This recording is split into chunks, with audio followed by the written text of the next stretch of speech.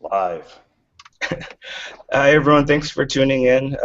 This is kind of feeding two birds with one seed hangout here.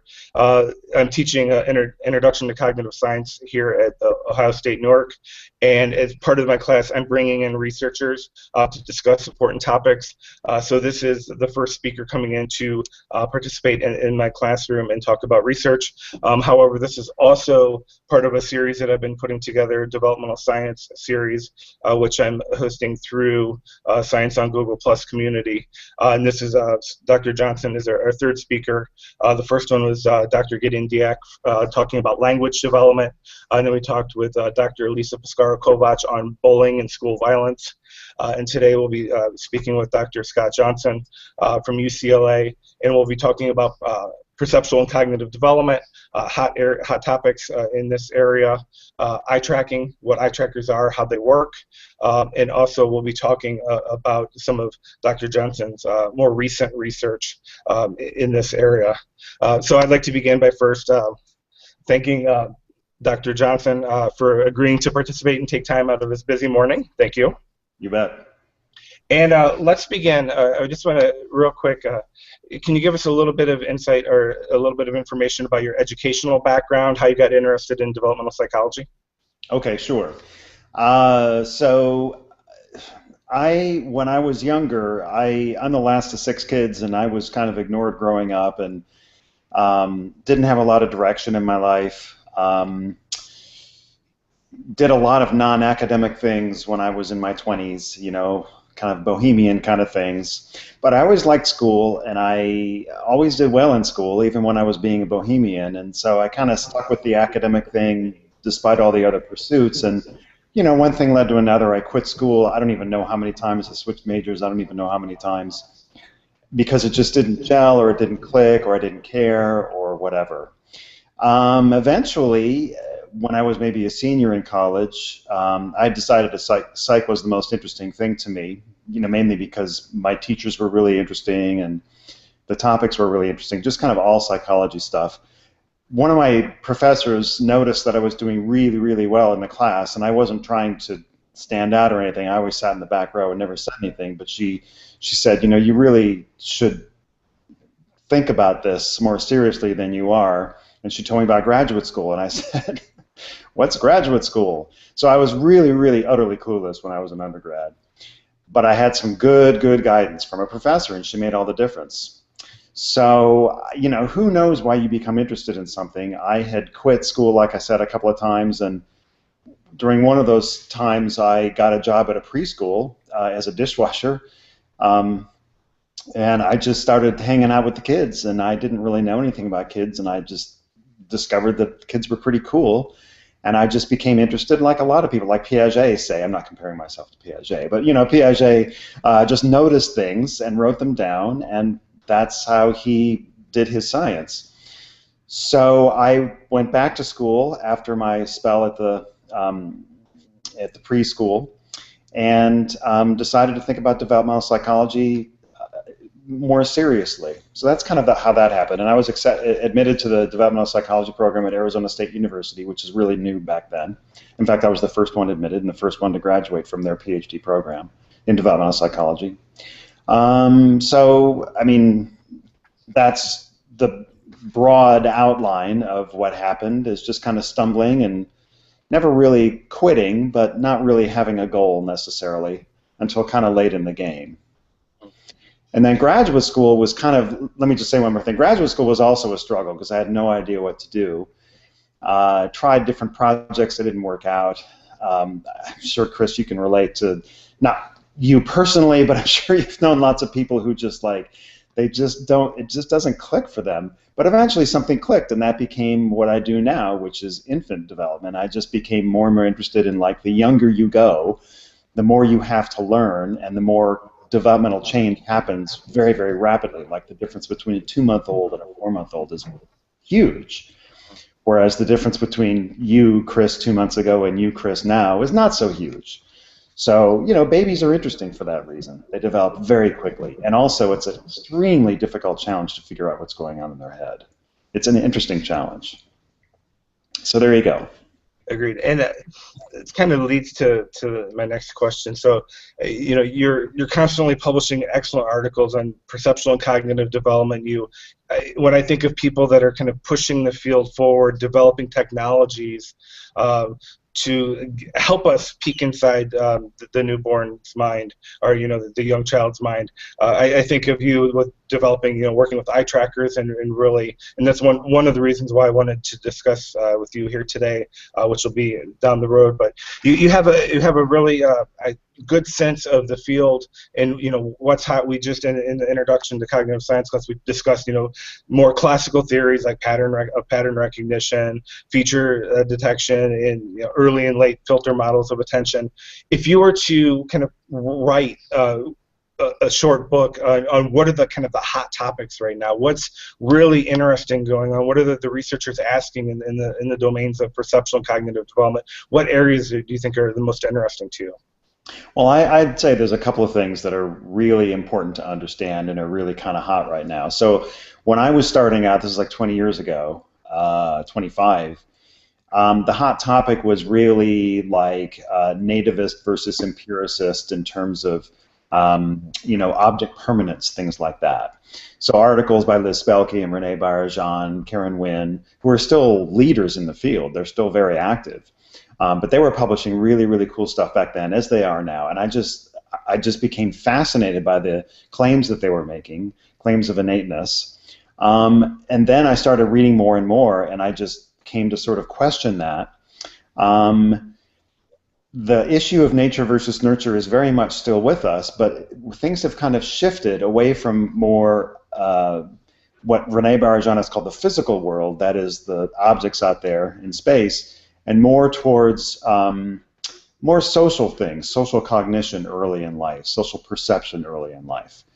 A lot of people have sort of noticed that it's not a surprise that babies are really kind of set up to be interested in people right away. As soon as they're born, babies, everybody knows. I mean, I'm not sure if you've covered this in your class, but it's common knowledge that babies, when they're newborns and you have the right conditions, they're awake and alert, they really like to look at people more than anything else, in particular their mom. Again, that's not a new phenomenon. People have known that for a long time, but the kinds of investigation that people are doing now sort of build on these innate, predisposed preferences to sort of ask, well, given these preferences, how is it that social cognition, awareness of other people, awareness that, theory of mind, for example, how is it that these things arise or are built, or are they built in, are they innate as well? So that's a real shift I see in the field. Now, we're doing some work like that in my lab. We're also doing the statistical learning work in my lab, and I guess you're going to get to the more current stuff in a subsequent question. But I see those questions of development as being as crucial now as they were 25 years ago.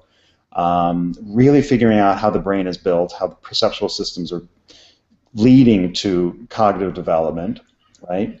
But the focus has kind of shifted more from more physical things to more social things across a lot of labs, including mine.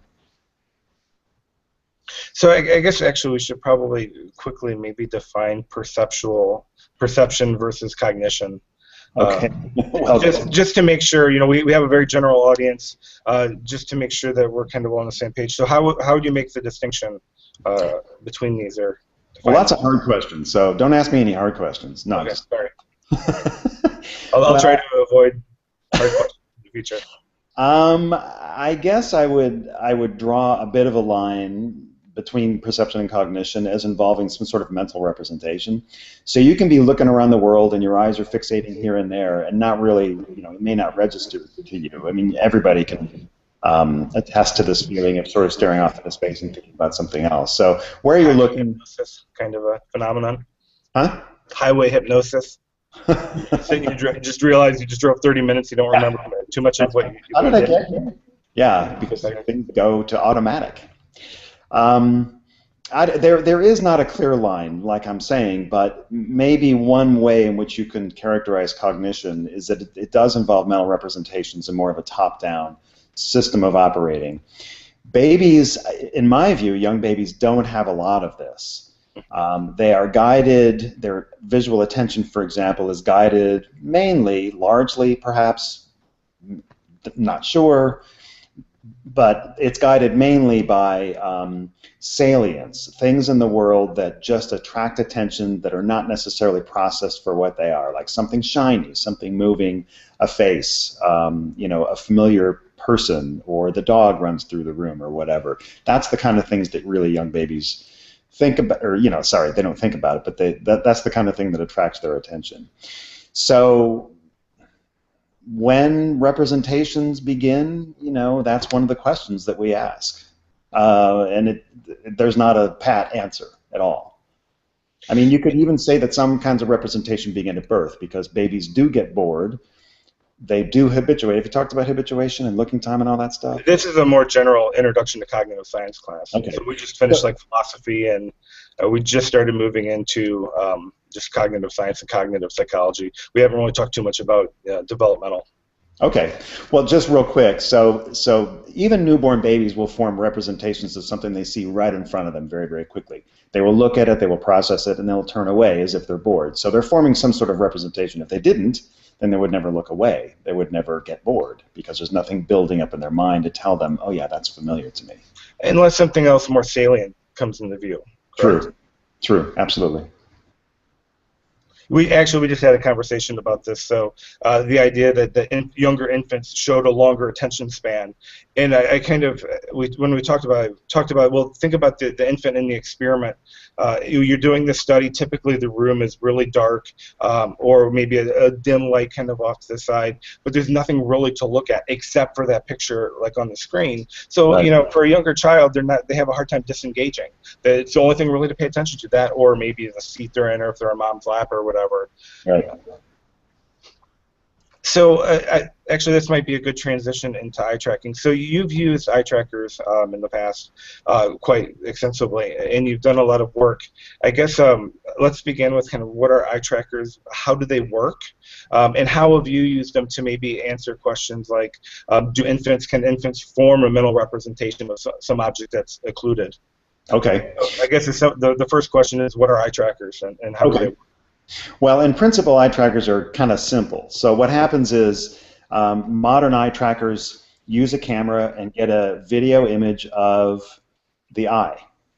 And then so it takes the video image, and there's a lot of processing and a lot of algorithms to determine two things.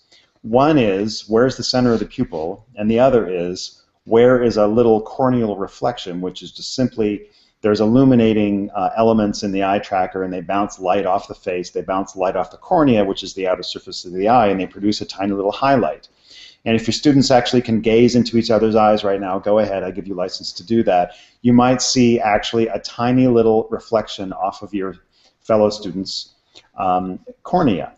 So what happens is you have the center of the pupil and the center of the cornea, and these two things are visible in the image that the eye tracker is taking in. And then the algorithm, what it does is every time you move your eyes around, those two centers kind of change with respect to one another.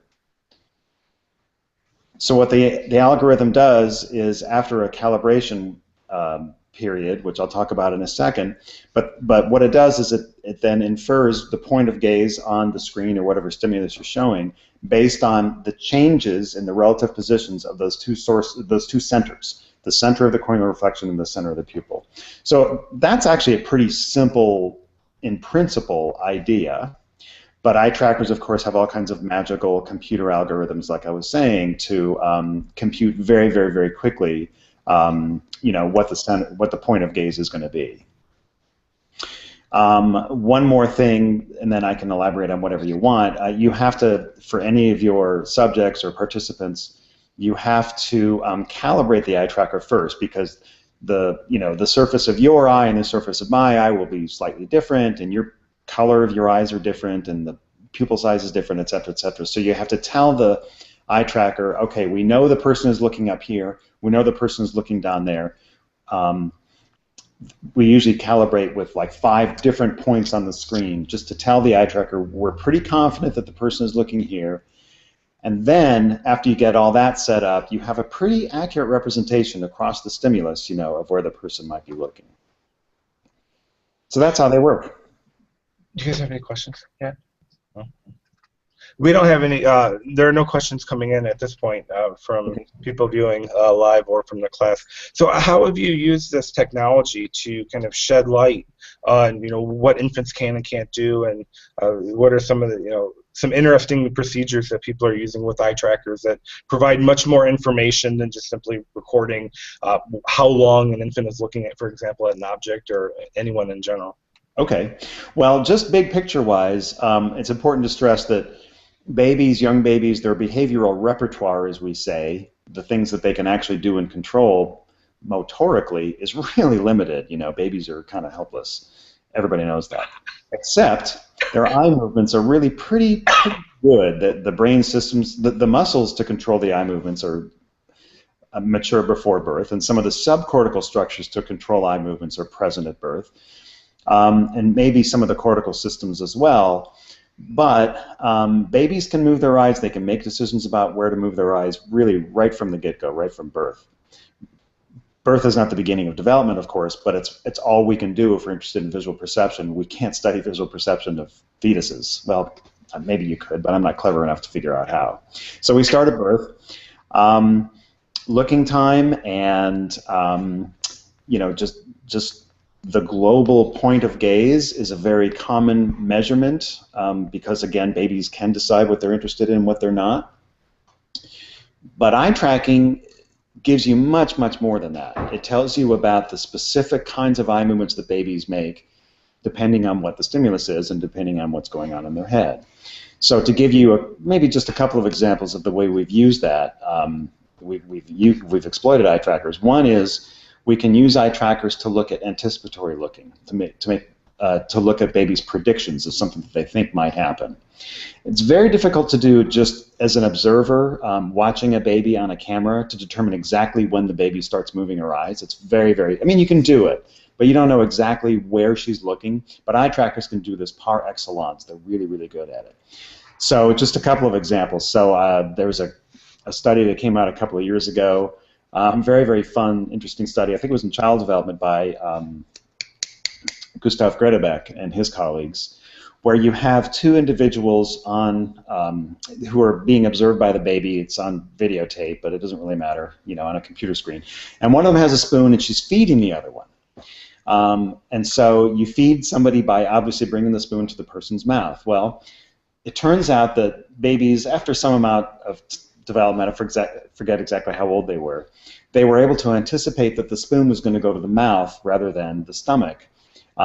So half the trials the spoon would go to the stomach and half the trials it would go to the mouth. And older babies were actually able to predict where that spoon was going to go. Pretty interesting. So they seem to understand something about feeding, something about the reciprocity of social interactions, that you're going to wait for somebody else to do something and then you have a turn. And so these are all things that babies have to figure out. But being able to predict what somebody's going to do, right, is obviously extremely important in everyday social interactions.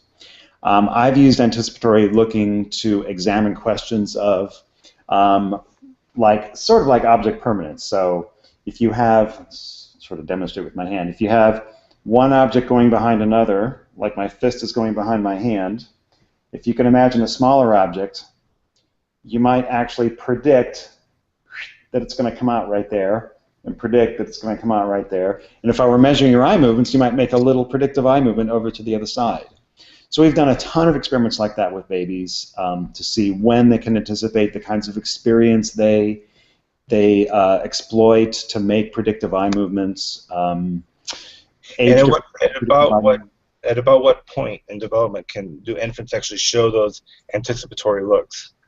We think that that there have been some papers claiming that 2-month-olds can make anticipatory looks. I've not seen that in my work, but a little bit older. 4-month-olds are not very good at it, but that makes it a very interesting, and 6-month-olds are really good at it. So that span from 2 to 6 months is a really fun age to test because you can really dig in there and figure out what is it about that age difference that allows babies to know so much more, especially that 4-month-old little window when they're amenable to what we call training, different kinds of experience, and seeing how that facilitates their anticipatory looking, for example. So is this an issue? What's developing it? I think you kind of give some insight there that it's the ability to kind of form a mental representation that may Yes. be developing. So some cognitive development. Is it also possible that some of the limitations are just poor eye movement, poor control over fixations, or? I don't think so, and I think it really is a cognitive phenomenon rather than a sensory or perceptual phenomenon.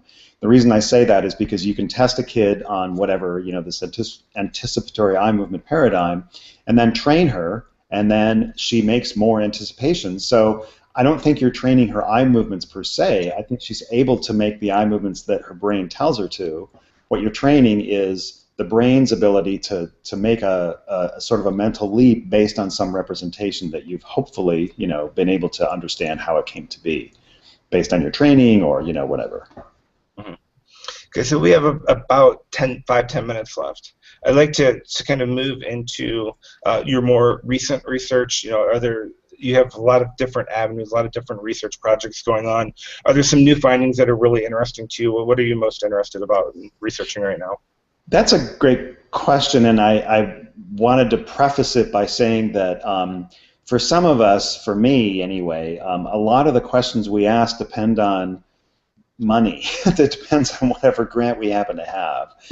So you'll be able to relate to this, Chris, but your students may not. We spend a lot of time, those of us who are researchers, writing grants.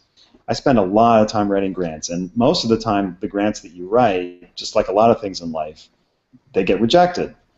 So, you try and it gets rejected, you try again, it gets rejected, and so those studies won't get done. They may not get done anyway, but then if you submit a grant and it gets funded, well, then you're obligated by the contract and the grant to do that kind of research. So I submitted grants on object perception for many years, and the panels that review the grants just stopped getting excited about it, I guess. And so that grant dried up. But then another one took its place, and that was the Statistical Learning grant that funds my lab now. So I'm still interested in object perception, but I'm doing a lot more statistical learning work now. The most recent grant that I submitted, and I will answer your question in a second, the most recent grant I submitted had to do with biological motion perception, which your audience may not know about, but it's a kind of phenomenon involving animate motion of people. And it's eye-catching for humans. People, babies, adults, whatever, pay a lot of attention to the motions of other people. There's a lot of information in human motion just like there is in the face, for attractiveness or, trying to keep away from somebody, threats, predators, things like that. Body motion is very important for things like that. So I will find out actually probably next week if that grant gets funded, and if so, my lab will shift in that direction. For now, and it's an interesting set of questions. It's a fascinating set of questions. Right now, I'm funded to do statistical learning work, and so you read that paper, that 2002 paper, and I am prepared to say now that a lot of what I said in that paper back then, it's more than 10 years ago, is completely wrong. So that's really I was fun. afraid you were going to say that. You were afraid I was going to say that? Yeah, it kind of seemed like you were moving in this direction. So I'll take it back. We need to back up for a second. What is statistical learning? Well, statistical learning is a means by which observers keep track of events and their temporal relation or spatial relation to one another. How commonly something is associated with something else. So it's a kind of association learning. Okay. And the way I think about it is, it's not just an all or none association of one object or sound or something, with something else. It's probabilistic, meaning sometimes it happens, sometimes it doesn't happen.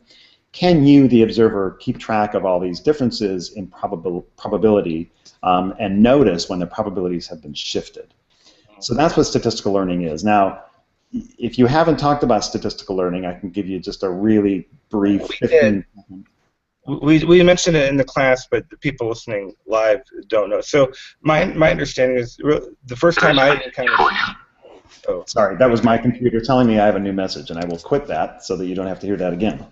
The first time I encountered statistical learning, and I don't know if this is when it really started, was work looking on speech segmentation and how infants can figure out where words begin and end. And Jenny Safran and many others, and yourself, contributed to this early research in that infants could pick up on the transitional probability. Some syllables are more likely to follow other syllables, which is a really powerful learning mechanism for segmenting speech, because it's actually a very difficult problem. If you look at the waveforms, there are no clear boundaries between words like there is in text. Then the question was, is this domain specific or domain general? And then there was work showing that infants can also segment and pick up probabilities of sounds, musical notes, for example, in the new paper that we read, that they can also do this visually and pick up probabilities of the visual images. So that's all we discussed within the class. Right. So I'd like to hear kind of where you've gone from here. Well, those are good things to discuss, and they're really important questions, and they're questions that kind of stay with us. So that was the question of, domain specificity or domain generality was one of the main motivations for doing that work in the first place. And, as you know from reading the paper, we did find that even very young babies, 2-month-olds, could make a discrimination between different probabilistic patterns, the thing that they had been exposed to and then something new.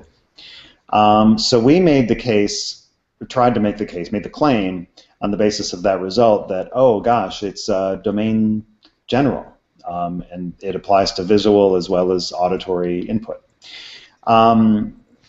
So the reason I don't think that's accurate anymore is when you actually emulate more closely with visual stimuli what the researchers have done with auditory stimuli, statistical learning breaks down right away.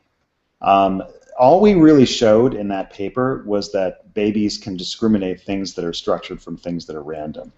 I think that's a kind of statistical learning, but it's not the same thing as keeping track of things that are really probable and things that are not probable.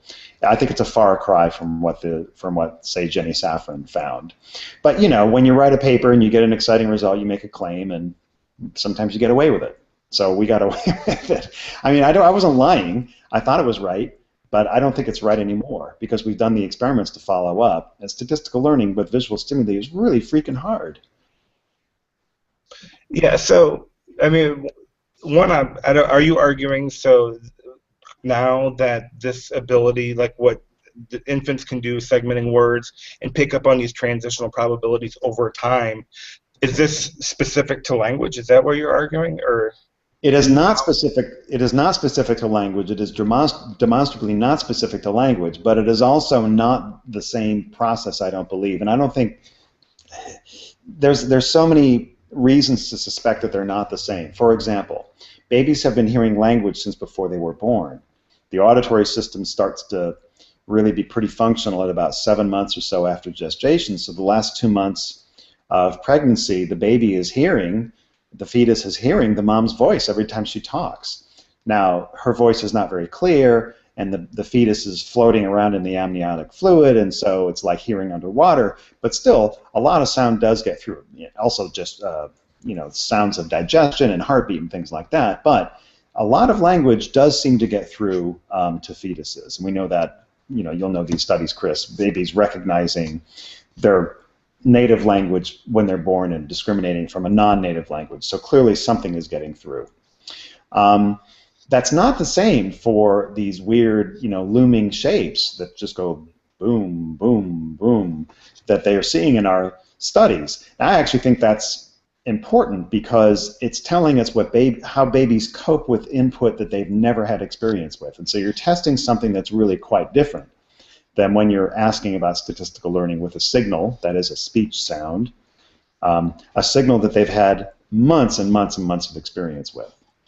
So it's an empirical question whether it is domain general, but I think the difficulty that we've shown, and none of this is published, by the way, we're writing it up now, the difficulty that we've shown that babies have with visual statistical learning when you are trying to compare things that are really common with things that are not common, I think that really just dispenses with the idea of domain generality. That doesn't dispense with the questions that we're asking, but I just don't feel that claim is appropriate anymore. But that's why you do the science. I was wrong, and that's okay. So, I mean, this reminds me of like the modality appropriateness hypothesis, and the idea that just the auditory modality is typically better with dealing with temporal information. The visual modality is better with spatial information. Absolutely. And whatever, that's going to influence what influence what modality is preferred for a given task, or that's going to be dominant for a given task. So you talked about kind of different levels of experience where auditory experience happens before visual, but you're also talking about two completely different sensory organs that are more tuned to different aspects. So it could be a modality effect in addition to an experience effect. But what about sounds? So if it's a modality effect, then sounds should also work quite well, that are equal and comparable to in familiarity. Well, that's an empirical question, and that's not a question I'm looking at right now. But you've made a prediction, and somebody could go look at that prediction. I'm just not doing that. That's a very reasonable set of hypotheses, it seems to me. All right, we are out of time. Do you have any other areas that you'd like to quickly talk about before we close? Well, I mean, we're doing lots of research in the lab, but I could talk about it all day. It's never ending, really. So no, not really. So if people want to get in touch with you, if people want to learn more about your research, where should they go? Just send me an email, scott.johnson@ucla.edu, or just Google the UCLA Baby Lab. Yeah, you have a lot of manuscripts that are available for download, kind of categorized by the area of interest too. So that would be a nice resource. Yeah. So, excellent. Thank you again for taking time out of your busy day to join us. You bet. It's my pleasure. Thanks for asking me. And let me just kind of close off real quick. Hold on one second. Okay.